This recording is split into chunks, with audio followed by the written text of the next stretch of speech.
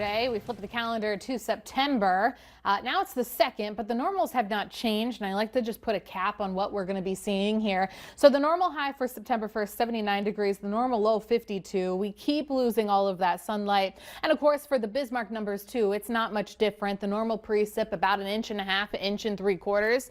And so we are entering one of the drier periods of the year, but that's okay. We need the dry on out as it is harvest season. We never want it too wet outside, but I will say too, the drought monitor has never looked better in that regard. We turn to the normal highs and lows. It's no secret that we are entering, the darker days here and the cooler days.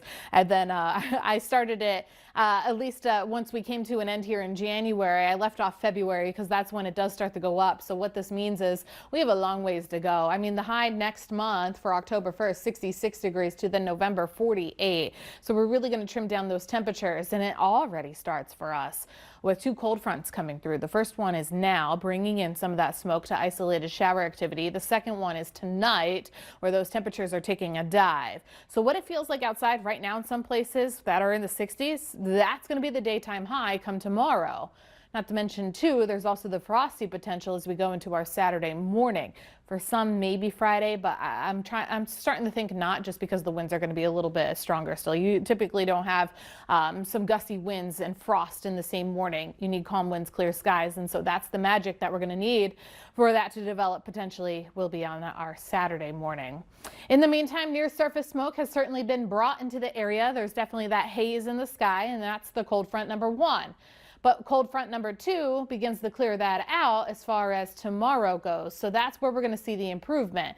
But highs for the most part today are in the 70s. We see the mostly cloudy skies. Cold front number 2 comes through tomorrow morning. That's where we fall back down into those 40s. So that chill's already starting tomorrow.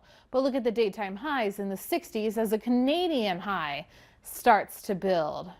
Doesn't last long, because now we go into our Thursday, we introduce a warm front, but tightened pressure gradient. When we have a tightened pressure gradient, that means it's going to be windy. And so that leads us to the near 40 to almost 50 mile-per-hour winds that we could be seeing for our Thursday itself.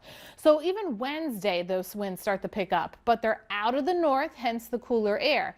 We go right into our Thursday where the warm front comes through, and that's where we're going to bring in the 40 to 50 mile-per-hour wind gusts for Thursday afternoon. And you can see the wiggle in those temperatures. Tomorrow, our cool day before we round it back up on Thursday, but it's going to be a cold Wednesday. Coldest high temperatures that we've seen. Here's the forecast I have, pretty much in those lower 60s. Coldest for a lot of us, Sarah, since May 21st, when we had our highs in the 40s, meaning we have not had a colder day of 62 degrees or lower since then, since May 21st.